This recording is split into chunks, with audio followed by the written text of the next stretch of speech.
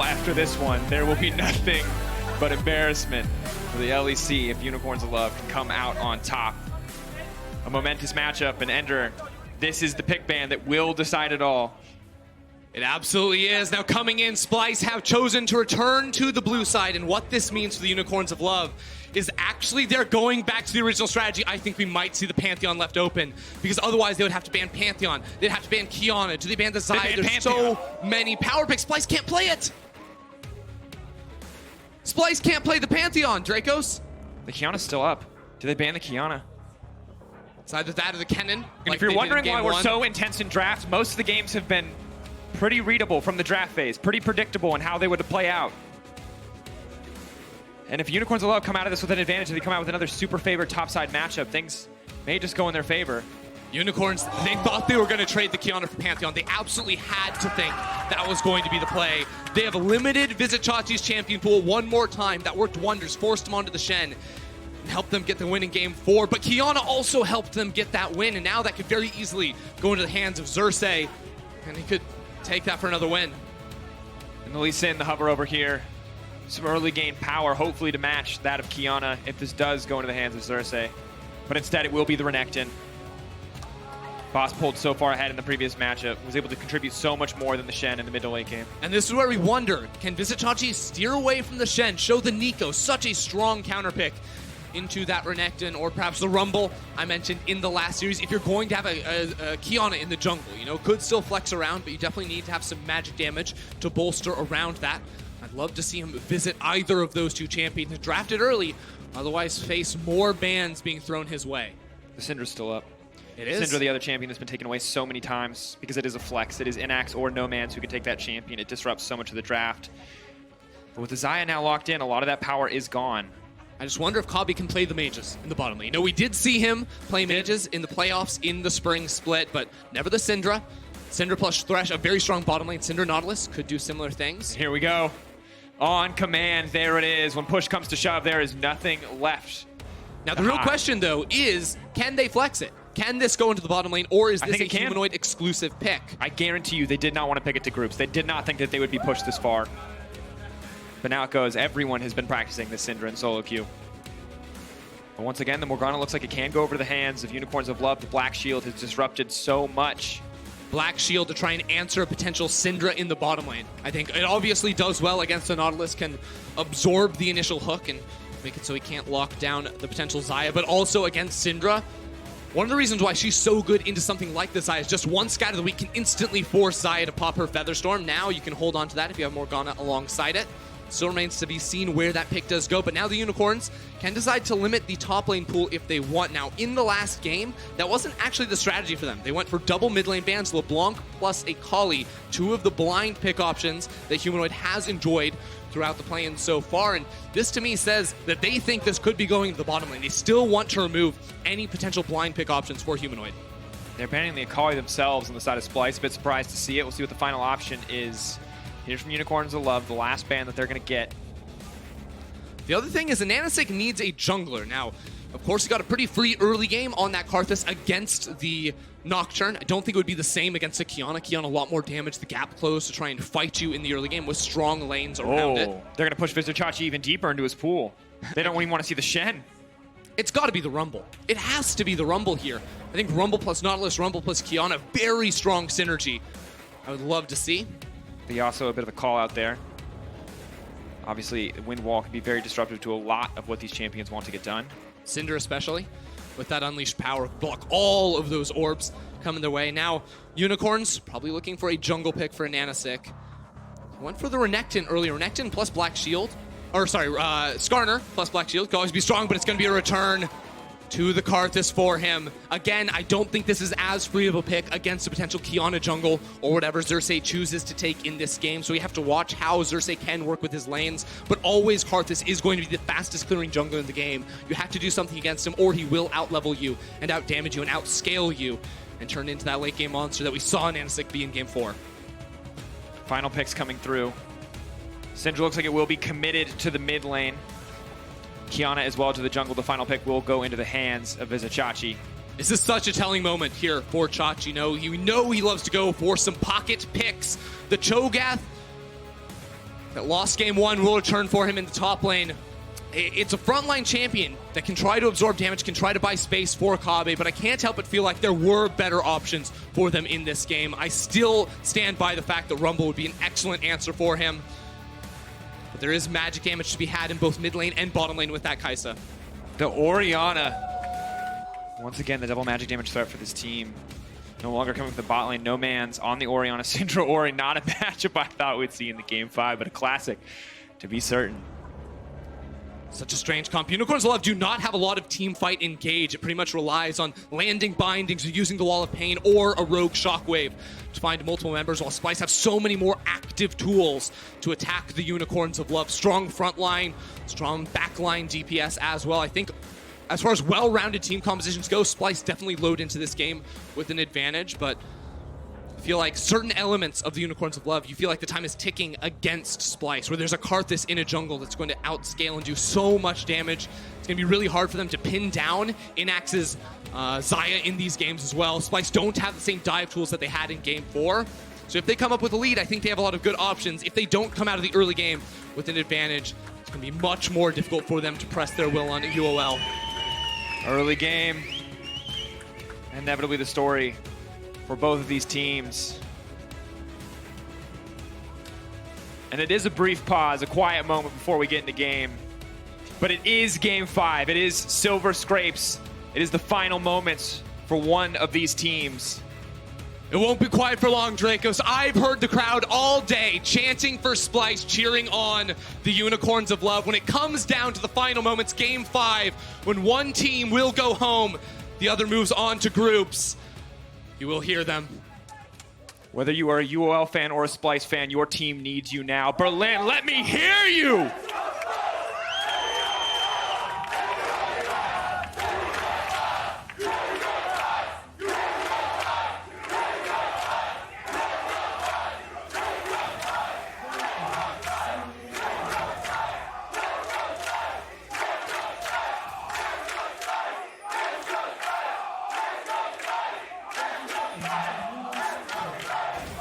And there is passion and there is pressure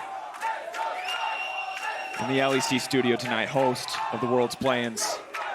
For an LEC team may be eliminated here and an LCL team may advance. We will find the victory in game 5, the number one question on our minds, but inevitably our sights are set back to the jungle. The first game, Anonymous got the better of Xerxes, was game 4, and it made all the difference. Can he do the same in game 5? Already seeing some moves coming out of him in the early levels. We did see the invade, the split map. I think he's going to try the same thing here. With the Renekton up against the Cho'Gath, you expect Cho'Gath can get the push on early, but the level 1 fight certainly goes in favor of Karthus. That's what we're going to see. The late walk-in around the 30-second mark to steal away the enemy blue buff. This time, Splyce don't have any vision to see what is actually happening.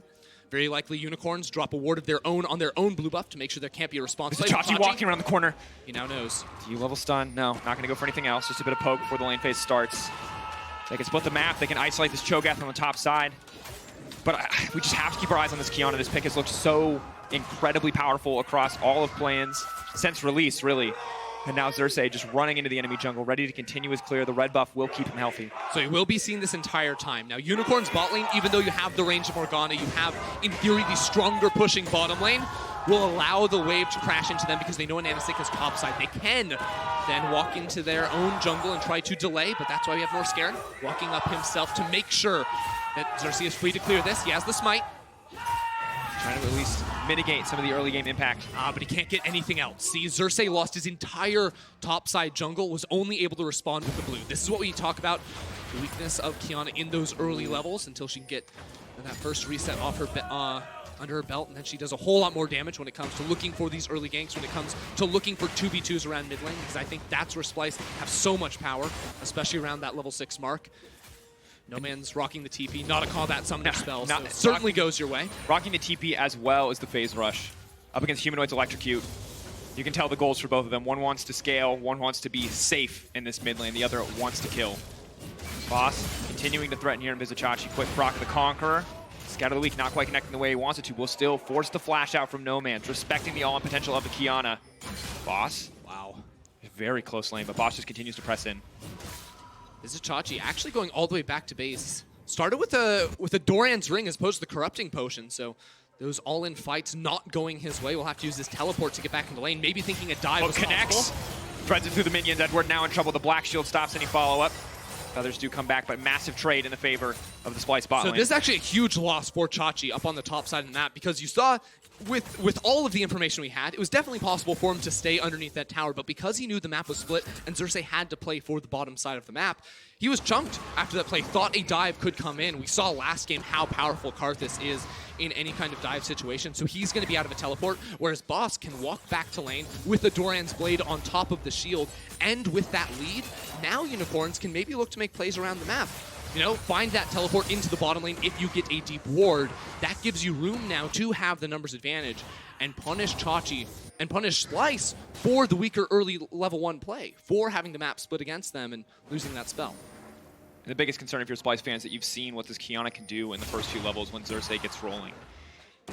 Of course, it's considered to have a little bit of a weaker clear, but the gank setup is incredible. Xerxes has yet to find a significant advantage outside of the flash on the top side. Meanwhile, Anonasek has been pulling ahead in terms of jungle CS. 3-camp lead, and now Chachi, once again, the one in trouble. Most likely going to have to burn the flash. Your Wall of Pain should come out in a moment. Trying to isolate him. He's trying to buy as much time as he can. He knows he's going down the flash. Is it going to be enough for Visit Chachi?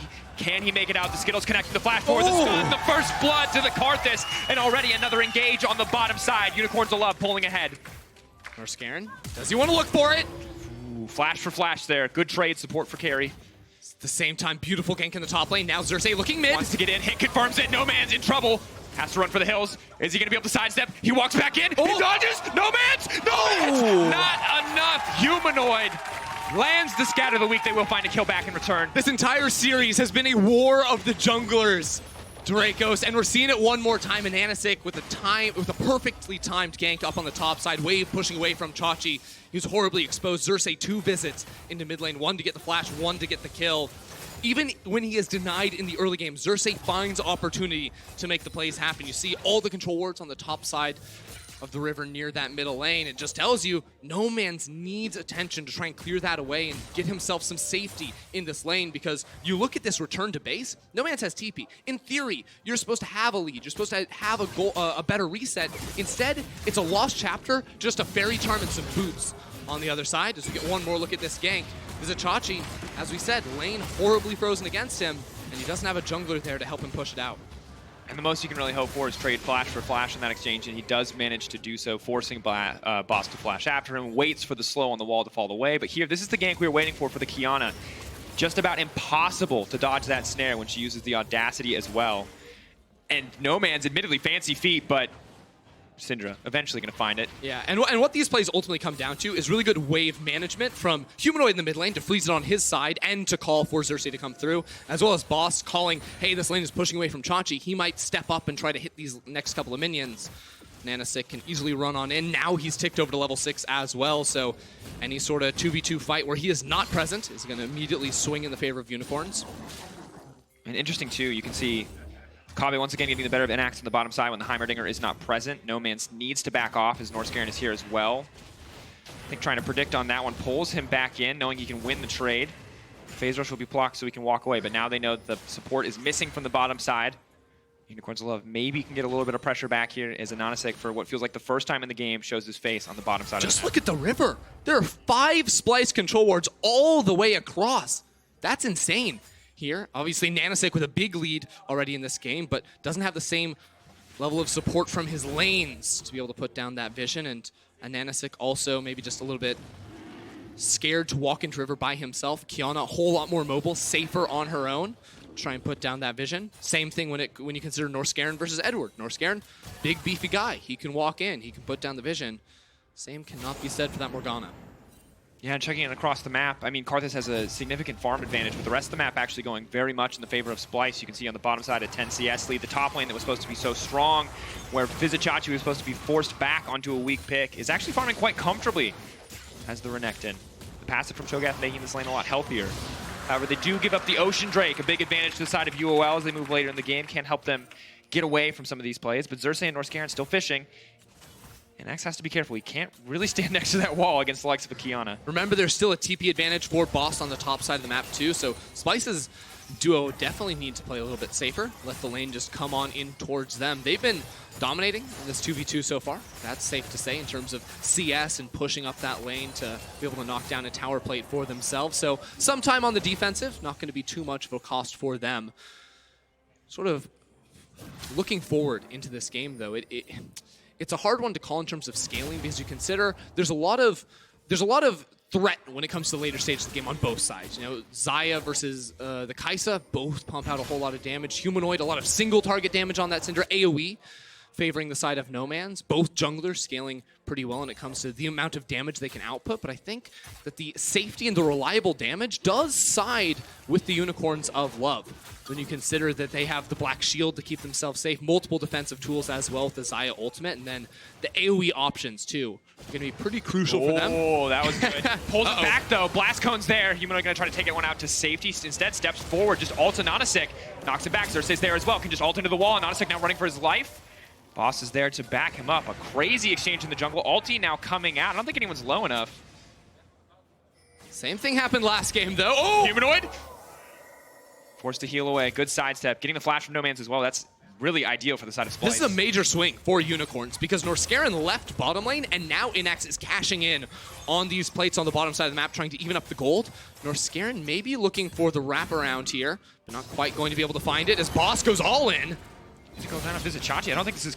Conqueror's now coming out and Anonasik is on the way up. The knockup is there. Going to stop Boss from pushing any further. They can get wave pressure here, but they can't get much else. Xerxes now on the bottom side. The Black Shield's going to start to fall away. Inox has ultimate available. Flash as well. Good dodge out there.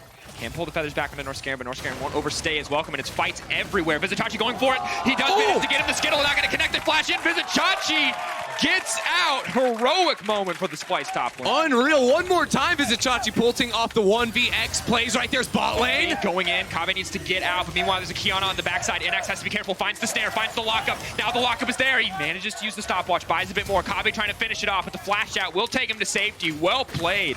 Both sides. Outplays coming out across the board.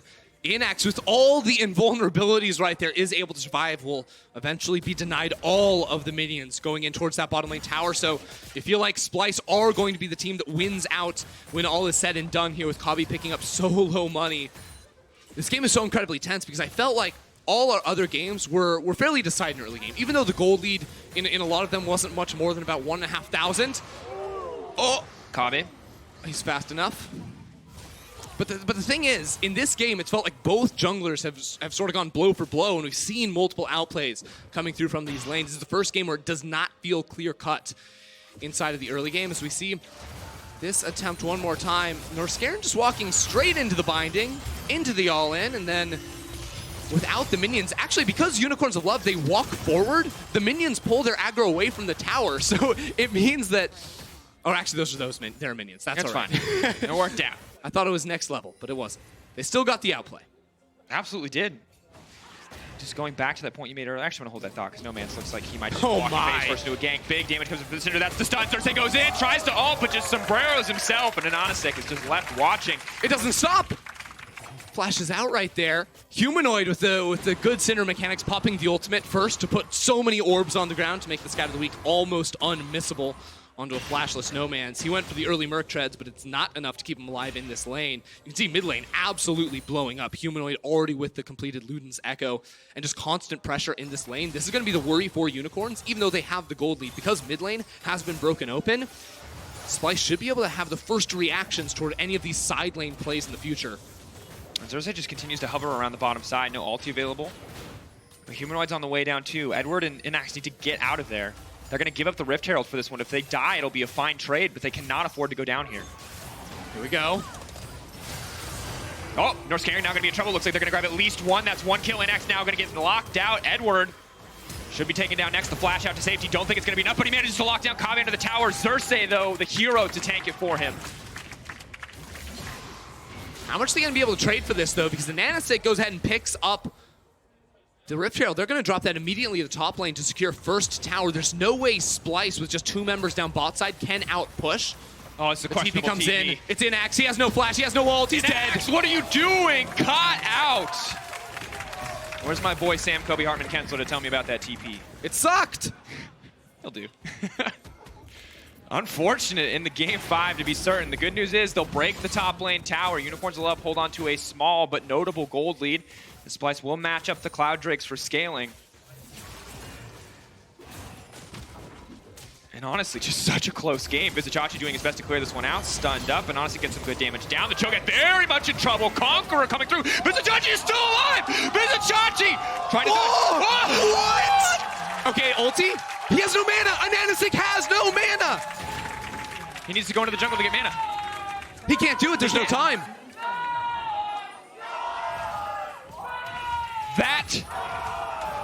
Chachi has had a rough series. They've thrown every ban that they could at him in game 4 and in game 5, but he has been doing very well this game, and that is just further highlighting the point.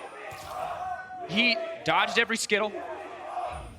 He lived, sliver. I can't wait to see that replay. It's just unreal. The game dead, even locked as turret plating does go down. Now, right now, lane assignment a little bit all over the places.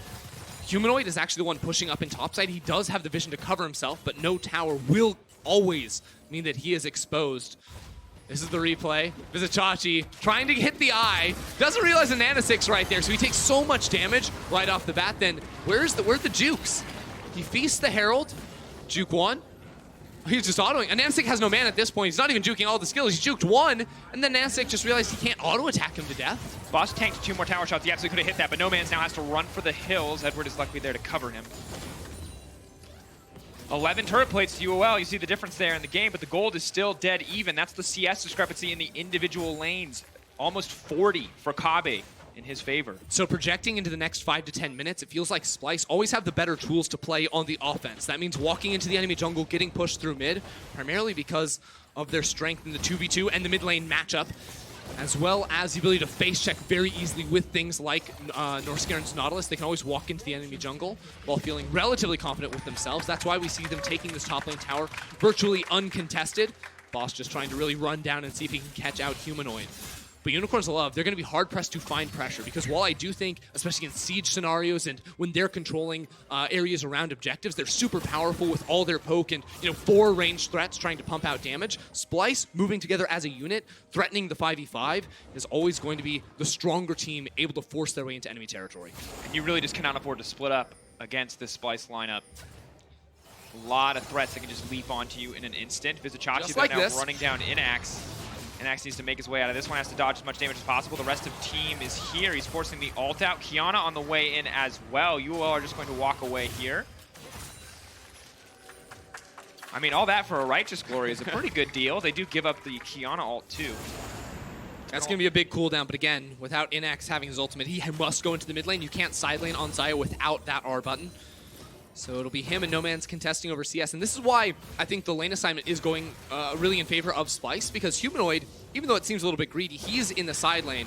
Whereas I think it's much harder for Unicorns to play all 3 lanes at the moment. Splice definitely are, and even if they only play 2 lanes, they're denying a Cho'Gath. And Vizichachi isn't going to be too sad about losing out minions himself. He already has his Righteous Glory. That's about all you need.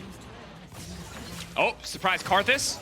More like surprise Kiana. Ananasik now has to run for the hills. No ulti, though. Doesn't want to commit. Vizichachi. Karthus goes out of range. He can't get anything else. Edward now has to run. They're moving in to try to pull him back, but a clean flash out from Kabe. This is exactly what I was talking about. It's so much harder to face check with Edward. Now Norscaren, he went too the deep. Wall, but not enough. Not even enough time to connect there. He got the kill, then walks into the river by himself. No one around him. Meanwhile, Humanoid still pushing top lane. Inax without ultimate might just die. Can't flash this. Just gets 1 shot. Humanoid on a rampage. Inax. Multiple mistakes under his tower, but can his team come and reply? Humanoid, not much mana, no ultimate. This could be a big shutdown. What else can he get done? Ananasik steps in. Double AP threats versus the single of Humanoid. They will take him down. Shut down over to No Man's, but the tower still falls. In the heat of the moment, these teams are losing track of cooldowns, are losing track of when and where to pressure on top of the map. This just one example as Nanasik jumps straight in on towards Xerxes. Xerxes without the ultimate, though, is unable to get the kill, and Chachi tries his best. But this is the catch on towards Edward. Again, walking forward, not able to preemptively use that black shield to dodge away from Norscaren's damage. And Norscaren, he has his ultimate, so I think he thinks he can chase for the kill, but Kabe very clearly didn't want any part of that. He just lost track that Xerxes, or rather Nanasik, was in the area and was able to make that rotation through the river very, very easily. And as we get later and later in the game, the stakes of each and every single fight or pick start to matter more and more. You can see a scaling build coming in from the Orianna, building towards that Seraph's, as well as it would appear to be Leandry's. Wants to slowly but surely cut through the opposition. So No Man's winning the 1v1 right now, but I worry for him when Vizicsacsi pops the Righteous Glory, and if a jungler ever shows up, still TPs on both those players. Infernal Drake spawning in 6 seconds. Who can land the first blow? That's going to be so telling in this fight because all Unicorns want to do is chunk and poke before it starts. Aw, stashing over the wall. The Black Shield is there. Zose trying to retreat. Multiple members of his team locked up. Kave can now go in, but he has to wait. Holds on for a brief moment. The disengage is there. Inax can look to fight in the pinch. They can't step forward. Take stock. It's an ultimate ops. There's a huge team fight cooldown, and then the survivability of Boss's dominance here. I think that's going to be a roughly even trade. Xerxes just trying to steal, sneak in for another good smite, but not able to do it. Wall of Pain, huge there to block this out. Kave on the backside, maybe they get something done. Edward looks like he will be sacrificed for this one. Big damage comes in, a decent shockwave, but there's really no follow-up there. Kave now stepping forward. Inax needs to flash out to safety. They have gotten the Drake from the side of UOL, but it doesn't look like they're going to be getting anything else. Really clever there from Splyce. They realized that they could fight in that tight corridor. There's not a lot of room to maneuver and dodge away from the Scat of the Week from Humanoid. But they do lose the Infernal for it. Definitely going to go the way of Unicorns of Love in terms of who won that trade overall, especially when you consider this series in the context of all 5 of these games. Every single one of them pushed so late with multiple problems closing out in the mid games. You always favor the scaling advantage of an Infernal over that immediate gold value.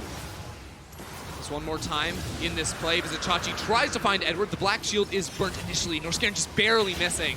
And then they realize all those orbs on the ground, how do you miss the Scat of the Week? It's just not possible. Able to finalize that kill on Edward and burn the flash on Inax. And now the question to be asked is, how do Unicorns of Love spread out across the map? Because we've seen this so many times throughout just this game alone, is when they try to play all 3 lanes, Inax, especially when he doesn't have his cooldowns, is getting punished.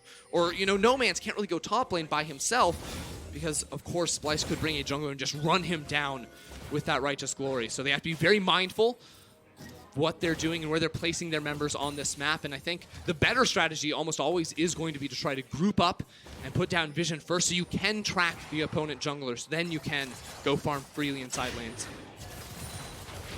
And just such a tense game. You will have to be very careful about grouping up in these pinches. It's a similar story for Splyce, however, against the likes of Isaiah. Boss stepping in the midst of the enemy team. Forced to burn his ult for nothing. A bit of a fumble there. So watching in these fights, you always have to remember about the finishing power of the Karthus. Karthus very likely not going to fall down at the start of fights. He's been playing safely enough to not get caught out by Norscairn or Humanoid. Edward, Fishing. Binding does connect. Xerxes stepping forward with the Grass Blade. Can use it to close a bit of distance there. Splyce have all the tools to initiate fights and get that initial pick and try to knock people down. But Unicorns of Love have the ability to turn around their fights with Inax, with No Man's with the Nanosick. So they must strike true with their first attack for Splyce. Otherwise, Unicorns will always be able to turn things around right in their face. The consistent damage, the damage in an elongated fight is very much in the favor of UOL. It's a 3v4 in the mid lane. Splyce could try to fish for something here. Xerxes going to lock up Boss. Won't be able to find anything else. A slow siege here in mid. Zaya finally on the way down. Edward will be here as well. Looks like, Orianna. Just barely able to get that out in time. Maybe can't make his way out of this one. So much damage comes in, though. Kave and Humanoid are... Xerxes? Good question. Is able now to make it out. They are going to be able to break the tower. Here comes a bit of damage, but the heal there to mitigate it. Still so close to finding the kill. And Nanosick still searching that big Requiem. Of course, he's now level 12, you know, finished off that Morellonomicon. Not a ton of healing to deal with on the other side. Not nearly as snowballed as he was in that game number 4. But speaking of snowballed, Humanoid is in that So one-shotting territory. He is one-shotting. And that's how fights should work for Splyce. You get that first attack, you don't actually have to commit everything if you can just burst down one target. Then you can take those longer fights. Xerxes was getting a little hypey right there, trying to come around the corner and land a big ultimate, but will be able to survive there after burning his flash. And this one, once again, ridiculous how close that was. But you just got to say, like, you can look at that kill, and of course it goes over to Kave, and he's happy to have the gold, but that was mostly Syndra damage. If anyone is ever isolated against his team, they just get one shot quite easily. So far, he even has the time to stop for more defensive items like the BV. These games have so often come down to big Baron fights. We're now 23 minutes into the game. Pressure on these teams again, like, this is the game that decides whether or not you stay alive in the tournament. Can't even imagine how nerve-wracking it is to be on the stage right now with that advance just so close in your grasp. Chachi's keeping up the pressure on the side. He himself not a big source of damage, but obviously can set up for the rest of his team. Trying to buy more time. Edward really doesn't do anything to help clear the wave. Even Boss actually getting chunked out. No Man's caught off on the side. Kabi can leap in if he needs to, but won't get marked. Unicorns just don't have the ability to force. That's why these sieges are absolutely deadly. Splyce stacked away, but now No Man's might be caught. No Man's pulling back. Kabi now going in, but he gets pulled back. The Kiana caught out. Xerxes trying to buy time. Good stun on the wind blast there. UOL just pulling back, and Splyce slowly but surely pulling ahead. The gold is dead even, but Splyce always going to have pressure on the map because they threaten the stronger initiation. They threaten the stronger team fight right now at this moment in the game. Have you ever seen the infamous LCL surprise Baron at 23 minutes? I am about to, but there's a ward on it. They're going to see Inax right over the wall. There's an immediate response coming through from Splyce. They're all running over. Inax is taking so much damage. This is not ideal whatsoever.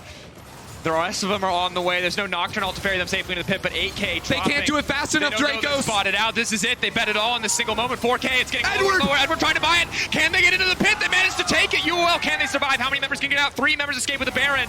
No Man's now running for the hills. He will be sacrificed, but still they get the Baron. And 3 members make it out, so Splyce can't teleport 2 down into bottom lane and try to trade that for an inhibitor. An incredible call coming through from the Unicorns of Love with the Karthus jungle. So much damage over time. Once again in the mid game, the team on the back foot finds it. And the LCL Classic, the surprise Baron, the blast comes over the wall. They still get spotted, but they make it work in the end. Splyce will grab a tier 2. They'll hold on to their gold lead, but for the next 2 minutes, 47 seconds and counting down, UOL will be able to stall to hold on to the Baron. They'll stop Splyce from pushing anymore, and they may be able to take something of their own. And insult to injury is the Drake spawn that Splyce get when they're in control is the Cloud to UOL's Infernal.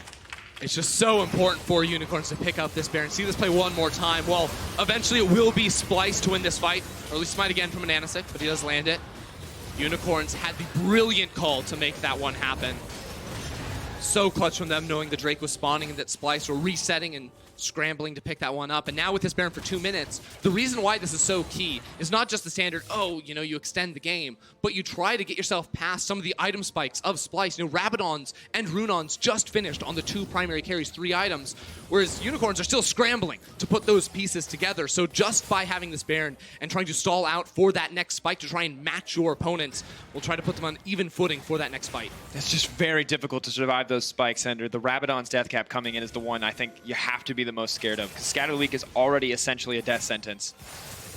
Syndra no longer needs the support of the rest of the team. It feels like she can just one-shot a carry. There are no defensive items outside of the Saros active for either of the primary carries. The Karthus as well, just incredibly squishy. And Humanoid about to hit level 16 as well, so if you thought he was strong now, just wait till he gets a couple extra 100 damage on that R button.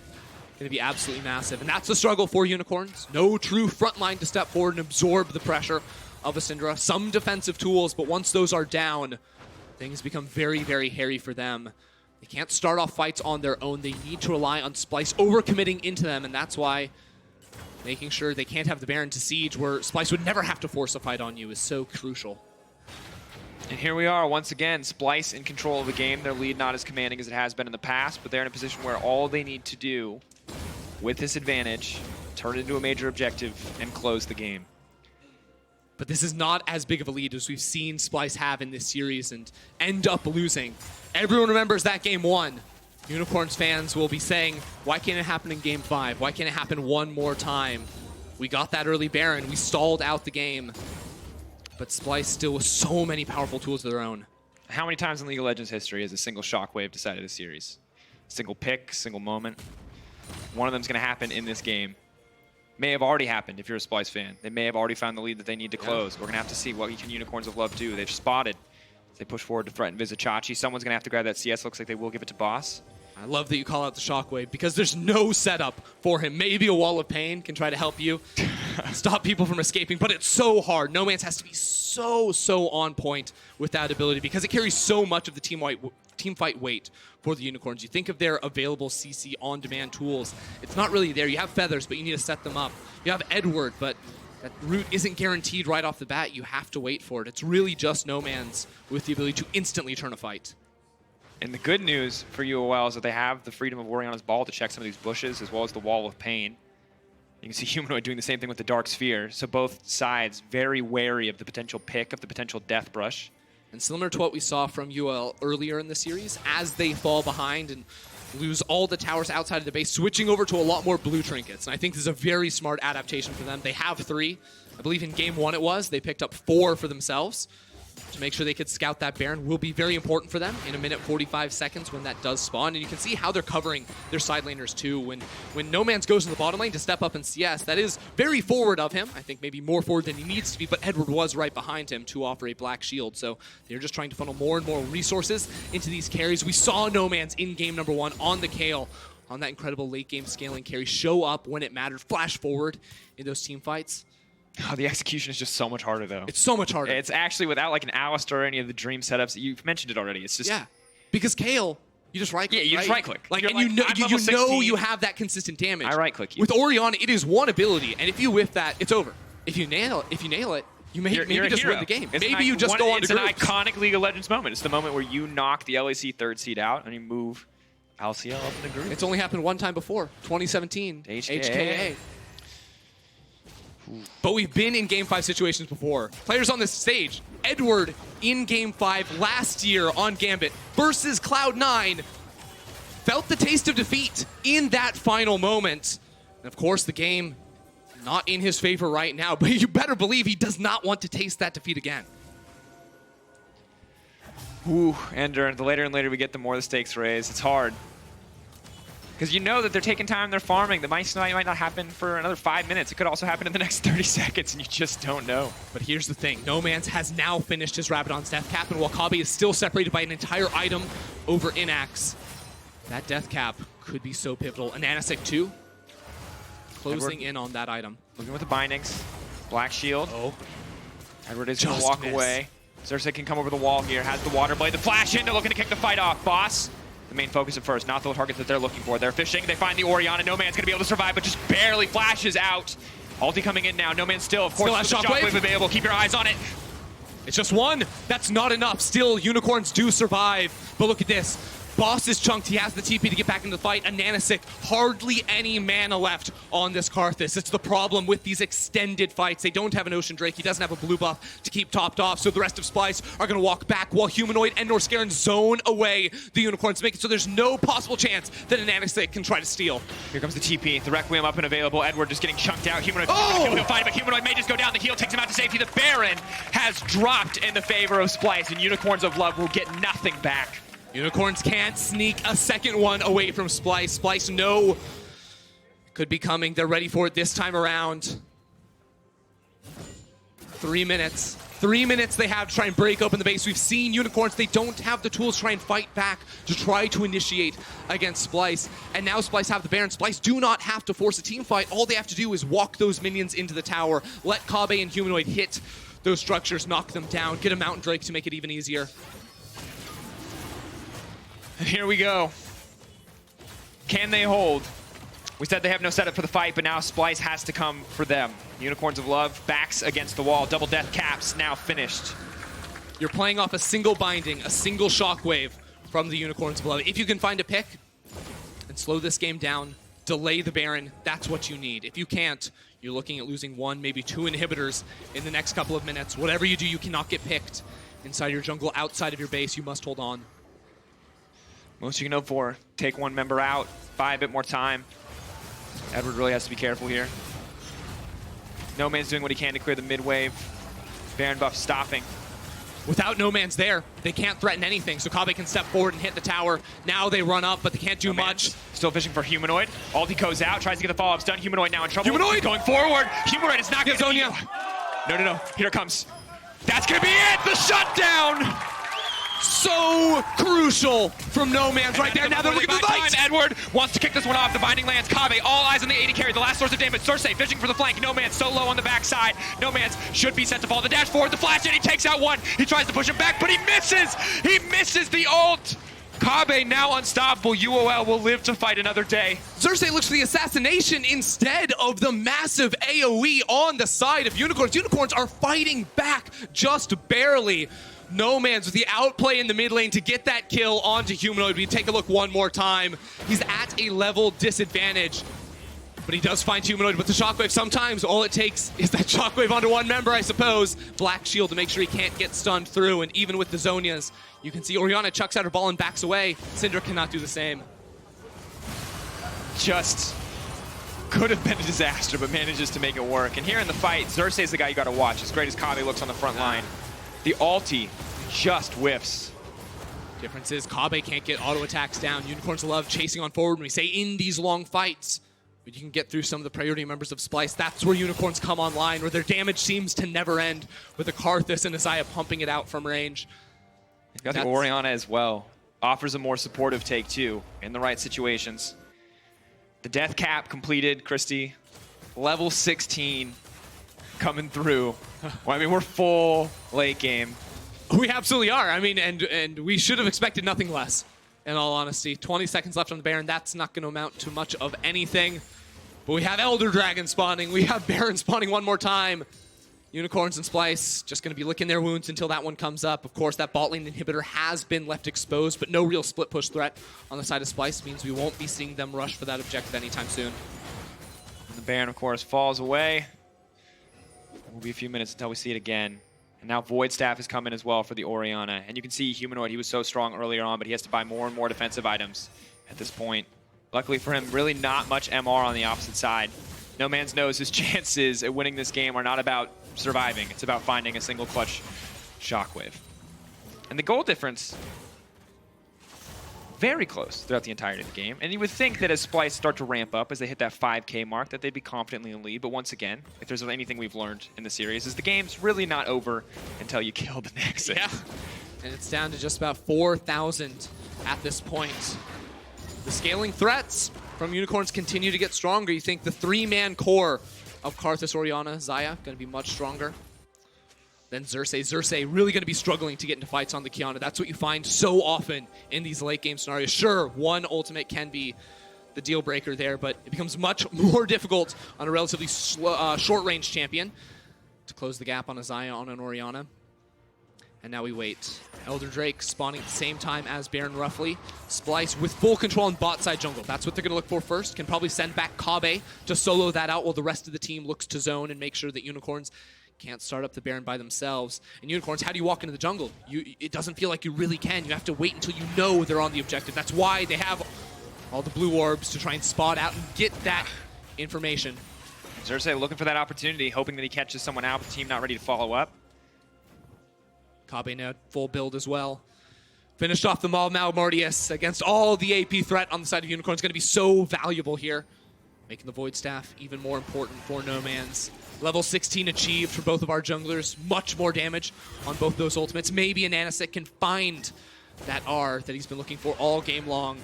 And he's on the way to a Void Staff as well. There's the TP coming mid lane. UOL stepping forward. They think they've spotted out Xerxes. His ult goes down early. The rest of the team now needs to retreat, though they can't afford to get caught out. Vizichachi in the middle of everyone. And Anasik now pulling back. That's the TP used. They get really not much for it. And Xerxes lost his ultimate. Yes, they get the flash on an Anasik, but the ultimate from Xerxes going to be so crucial in the next 20 seconds with both of these objectives spawning. Boss not able to get back to base, doesn't have the TP quite yet, so he's going to be walking into the river, low on HP already, but Unicorns, this must be their moment to fight around an objective. Set up so good for Splice, however. They're walking straight into the funnel. Humanoid's going to find the stun. That's going to be burned out. Elder Drake is now gone, and they have a huge advantage. Kabe to the backside. Is it going to be enough? Kabe, he's dead! Shut down! That could be the difference maker!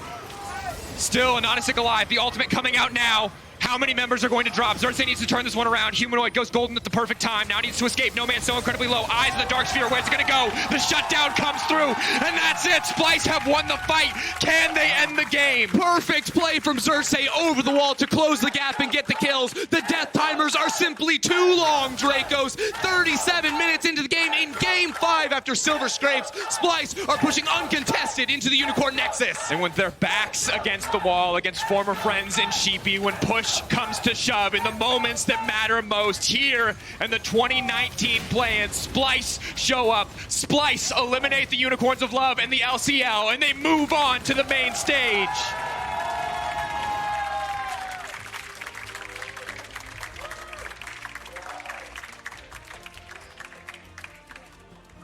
A grueling 5-game series between these two teams, back and forth all day long. But in the end,